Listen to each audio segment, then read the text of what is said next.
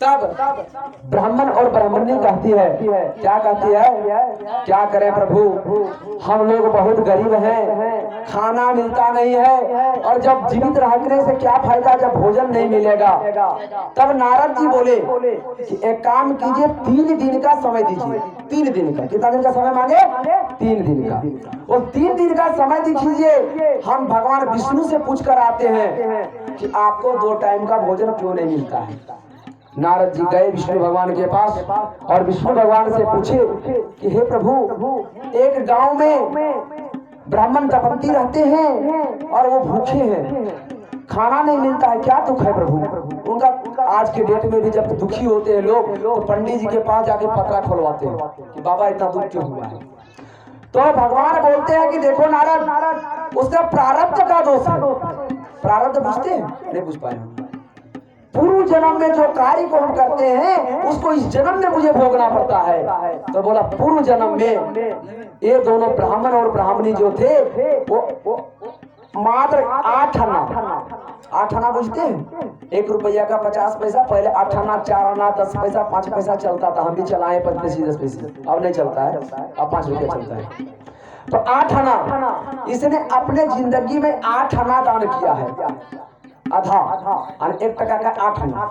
इसीलिए इसको आधा भोजन मिलता है, आधा भोजन नहीं मिलता है।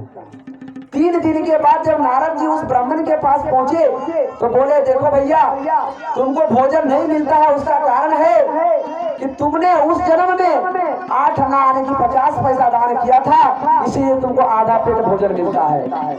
ये ब्राह्मण बहुत ही लालची था और बड़ा भूखा भी था। बोला एक काम करो ना नारद जी, आप जाइए उस विष्णु भगवान को कहिए जो 8 हम दान किए हैं वो दान को भी वापस कर दो। आधा पेट खा के क्या करेंगे, उसको भी वापस कर दो। नारद जी गए, बोले प्रभु वो ब्राह्मण देवता जो है वो 8 आपसे मांग रहा है, जो 8 दान किया था जमा पूंजी उसका था, वो भी वो मांग रहा है। भगवान बोले सामने रखा है, ले जाओ। नारद जी उस 8 को उठा करके आ गए कहां पर, ब्राह्मण को, और ब्राह्मण को दे दिए। ब्राह्मण ने क्या किया, उस 8 का खूब सुंदर पूरी के लिए व्यवस्था, आटा है, दाल है, अलुआ है, बहुत हो जाता। 8 का बहुत बड़ा ढेलू था उस समय, खूब बढ़िया रिफाइन मंगवा करके अपने पंडिताइन को बोला, ये पंडिताइन आज जो है पूरी और सब्जी बनाओ, हम सभी उसी को खाएंगे और मजा करेंगे। चलो कम से कम जिंदगी में 1 दिन खाने को तो मिलेगा। पंडिताइन खूब बढ़िया खाना बना रही है। उसी समय 4 वो भिखारी, पंडित जी गए हैं थोड़ा सा बाहर घूमने के लिए, 4 भिखारी भीख मांगते हुए आ जाता है और पंडिताइन को कहता है, पंडिताइन जी बड़ी जोर भूख लगा है, जो किस्मत में नहीं होता है तो भैया वो आप नहीं खा पाओगे। देखिए किस्मत का लेखा कितना बड़ा होता है। हे बाबा पंडिताइन जी बड़ी जोर भूखे हैं, कुछ खिला दीजिए, आप ही का घर में मर जाएंगे, फिर मेरा लाश को उठा के आप ही को फेंकना पड़ेगा। पंडिताइन ने बोली कोई बात नहीं है, आइए। पंडिताइन जी ने वो पूरी सब्जी उन 4 भिखारी को खिला दिया। फिर से बोलिए गोविंदाय नमः, गोविंदाय नमः हो गया। जब पंडित जी आए तो पंडित जी पूछे, ए पंडिताइन कहाँ है, पूरी सब्जी निकालो खाएंगे।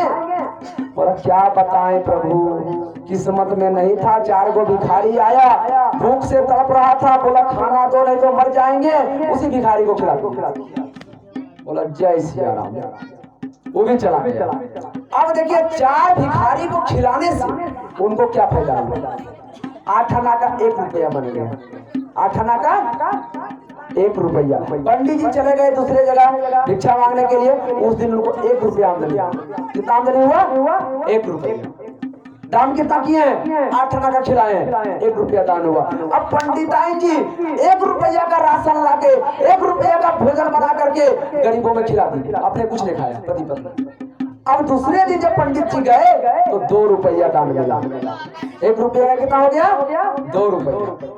अब वो 2 रुपया को पंडित जी जब लाए तो पंडिताइन जी वो 2 रुपया को भी गरीबों में बांट दी। तीसरा दिन पंडित जी को 2 रुपया का 4 रुपया।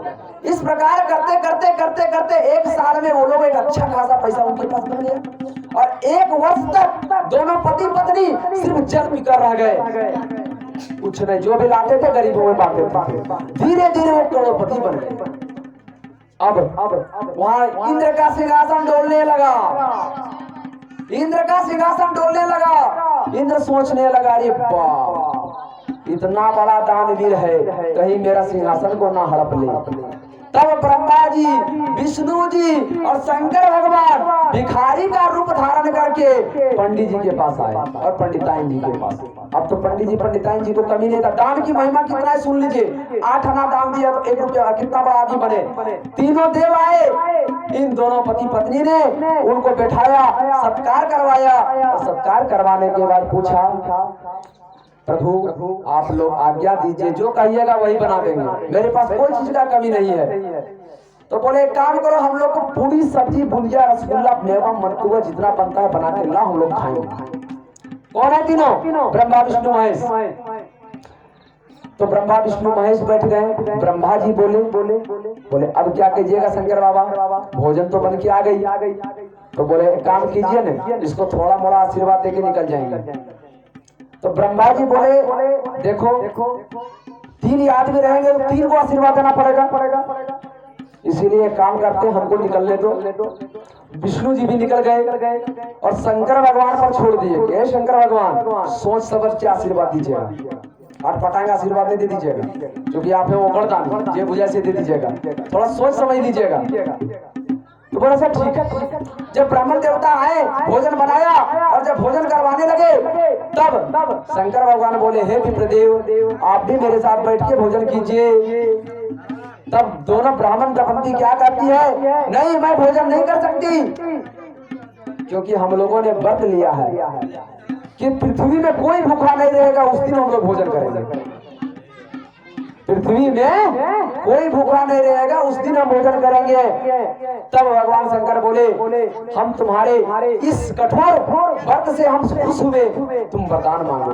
तब भगवान अपना रूप दिखा दिए। प्रेम से बोले शंकर भगवान की जय। शंकर भगवान अपना रूप दिखा दिए। तब दोनों ब्राह्मण दंपति कहती है, हे प्रभु अगर वरदान देना चाहते हैं तो मुझे एक पुत्र दे। क्या वरदान मांगा? पुत्र। अब शंकर भगवान पड़ गए टेंशन में, क्योंकि उसके 7 जन्म में उसका किस्मत में पुत्र नहीं था। अब ब्रह्मा जी एक बार पहले बोल दिए, सोच समझ के दीजिएगा। शंकर भगवान त्रिकालदर्शी सोचने लगे, बोले ब्रह्म देवता 7 जन्म में तुमको पुत्र नहीं मिल जाएगा, दूसरा वरदान मांगो। बोलता प्रभु कोई बात नहीं, जाइए। शंकर भगवान बोले देखो आज तक हम बिना आशीर्वाद दिए किसी को नहीं जाते हैं। अरे आशीर्वाद तो हम भस्मासुर को भी दे दिए थे, जो हमी को भस्म करने आ गया था। तुम तो हमको भोजन कराया है, जा तुमको वरदान दे दिए, तेरा पुत्र होगा, लेकिन 14 वर्ष के बाद पुत्र तुम्हारा मर जाएगा।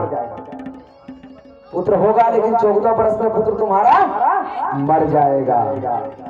देखिएगा इस कथा में बहुत दूर तक आप पहुंचिएगा, बहुत कुछ समझ में आएगा आप लोग का। माताएं ध्यान दीजिएगा गौर से। अब एक पुत्र हुआ, चंद्र के शुक्ल पक्ष की तरह वह पुत्र बढ़ने लगा, क्योंकि भगवान का दिया हुआ पुत्र है ना। 10 वर्ष में पुत्र बढ़ के एकदम जवान हो गया। पंडित जी समझ रहे हैं कि 4 वर्ष के बाद मेरा पुत्र मर जाएगा, इसका एक काम करते हैं कहीं बियाह करा देते हैं। पुत्र मरेगा तो मरेगा, लेकिन पुत्री तो उनकी पत्नी तो इसकी रहेगी, बहू तो रहेगी। अब बहू रहेगी तो मरेंगे तो पानी तो देगी। पंडित जी जब खोजने लगे बर्तू तो 13 वर्ष बीत गया, कहीं बढ़िया लड़की नहीं मिला। जब 14 वर्ष में 4 दिन बाकी रह गया, एक घर में खूब बढ़िया रिश्ता आया। पंडित जी ने उस कन्या से विवाह करवा दिया। तो आज के जमाने में क्या है कि बियाह होता है तो संगे संग बोल चल होता है ना। उस जमाने में वैसा नहीं होता था। विवाह हो गया तो 2 साल 3 साल 5 साल 7 साल 10 साल तक अपने घर में रहती थी माताएं, उसके बाद गौना होता था।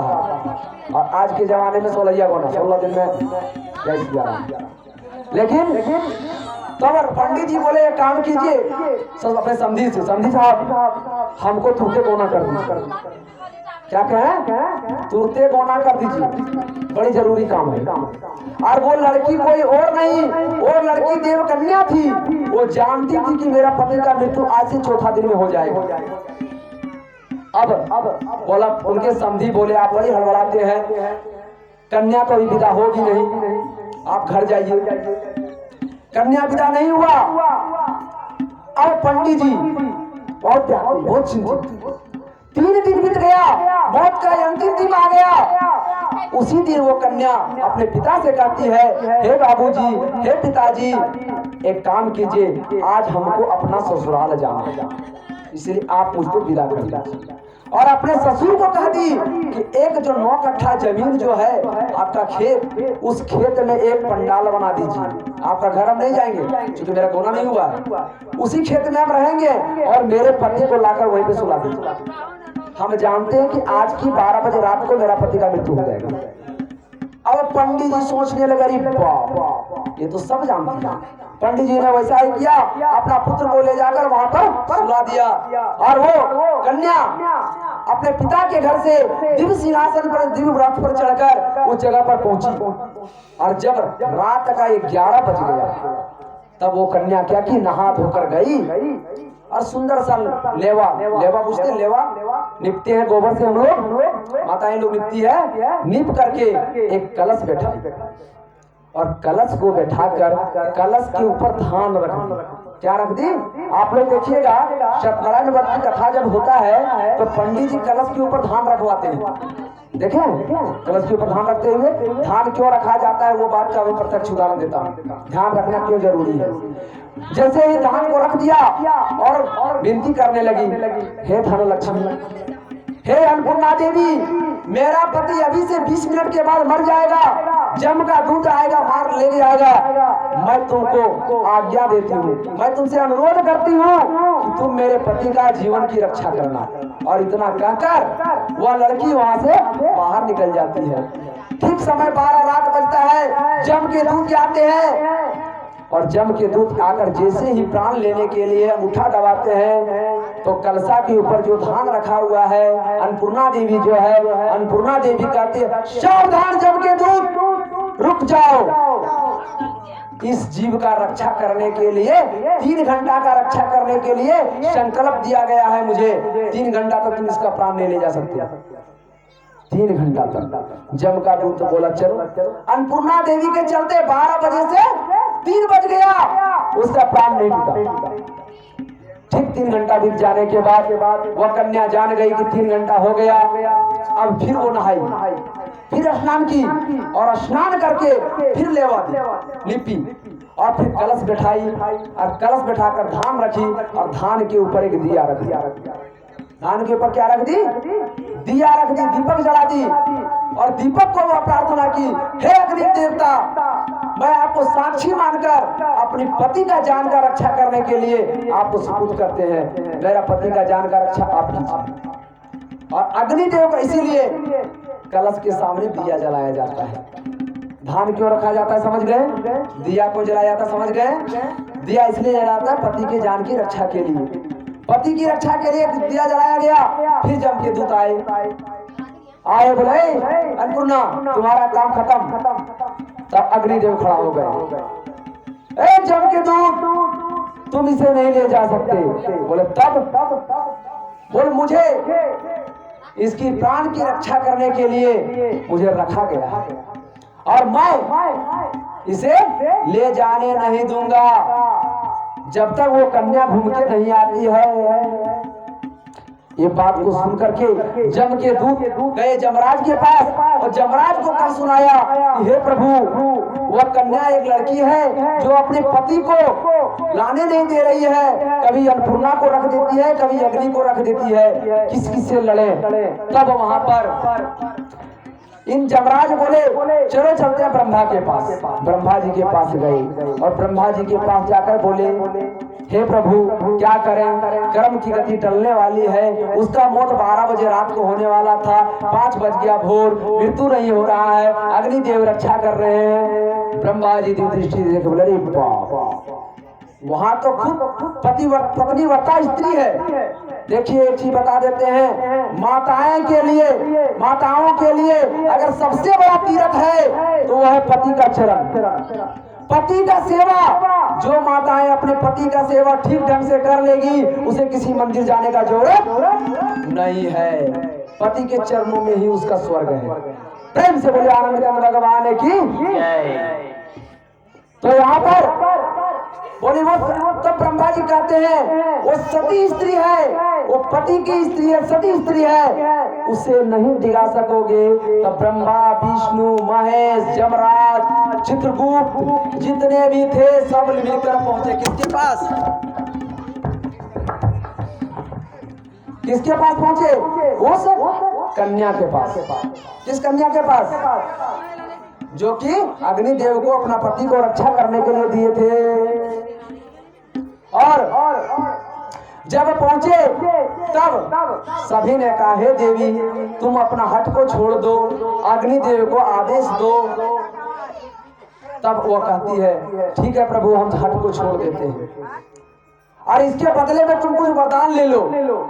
तब वो बोलती है ठीक है आप ही लोग जो बुझाए सो वरदान दीजिए। तो सबसे पहले वह स्त्री जा करके भगवान ब्रह्मा को प्रणाम करती है। तो ब्रह्मा जी वरदान देते हैं। क्या वरदान देते हैं? दीर्घायु भवा कल्याणम भवा और सौभाग्यवती भवा। 3 चीज का वरदान मिला। क्या क्या मिला? दीर्घायु हो जाओ, तुम्हारा कल्याण हो जाए और सौभाग्य तुम्हारा बढ़ जाए। अब वहां से आए विष्णु जी को प्रणाम की। विष्णु जी भी वही बात सौभाग्यवती भवः कल्याणम भवः और पुत्रवान भवः। क्या बोल दिया अपनी बात? एक वर्ड ज्यादा पड़ गई कि कल्याण तो होबे करेगा, पुत्रवान भी हो जाओ। अब आए शंकर भगवान के पास प्रणाम की। शंकर भगवान बोले तथास्तु सर्वकामना पूर्ति भवः। तुम्हारा मन में जितना मनोकामना सब पूर्ति हो जाए।